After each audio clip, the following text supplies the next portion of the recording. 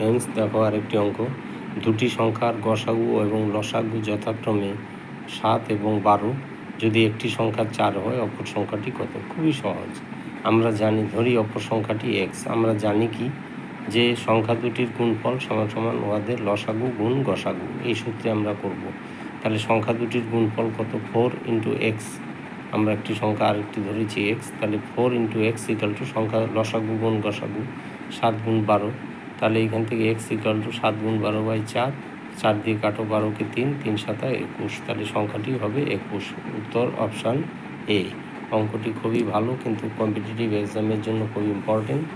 এটা শেয়ার করে রাখো, তাহলে তোমারও সুবিধা হবে, অন্য বন্ধুদেরও সুবিধা হবে। তোমরা বেশি বেশি করে প্র্যাকটিস করো আপকামিং গ্রুপ ডি, এনটিপিসি রেলের এবং পিএসসি ক্লার্কশিপ এবং লেডি কনস্টেবল বিভিন্ন পরীক্ষার জন্য এটা খুবই ইম্পর্টেন্ট।